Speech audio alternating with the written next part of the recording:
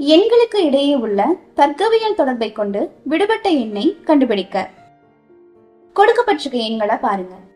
மேலே இருக்கிற எண்கள் கீழே இருக்கிற எண்களை விட ரொம்பவே சின்னதா இருக்கு. அப்போ இங்க மேல கொடுத்திருக்க எண்களை வர்க்கப்படுத்திட்டு கூட்டலோ கழித்தலோ அல்லது பெருக்கலோ வகுத்தலோ பண்ணணும்னா நமக்கு விடை கிடைச்சிடும். இந்த முறையை பயன்படுத்தி இந்த கணக்கை எப்படி போடுறது அப்படிங்கறத மேம் இப்போ சொல்லி தருவாங்க.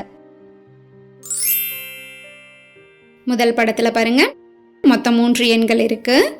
16 மற்றும் 11 இந்த 2 எண்களை பயன்படுத்தி 135 உருவாக்கணும்.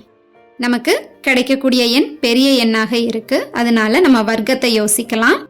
16 வர்க்கம் 256, 11 வர்க்கம் 121. அப்ப கழிச்சிடலாமா? அப்ப இதே அமைப்பு இரண்டாவது படத்துக்கும் பொருந்துமான்னு பார்க்கலாம். 19 ஸ்கொயர் 361, 7 ஸ்கொயர் 49. இதை கழிச்சிருங்க, 312. விடை சரியா கிடைச்சிருக்கா? அப்ப இதே அமைப்பை மூன்றாவது படத்துக்கும் பயன்படுத்திடலாம். 18 வர்க்கம் 324, 13 வர்க்கம் 169. இப்ப 324 இருந்து 169 கழிச்சுட்டா 155.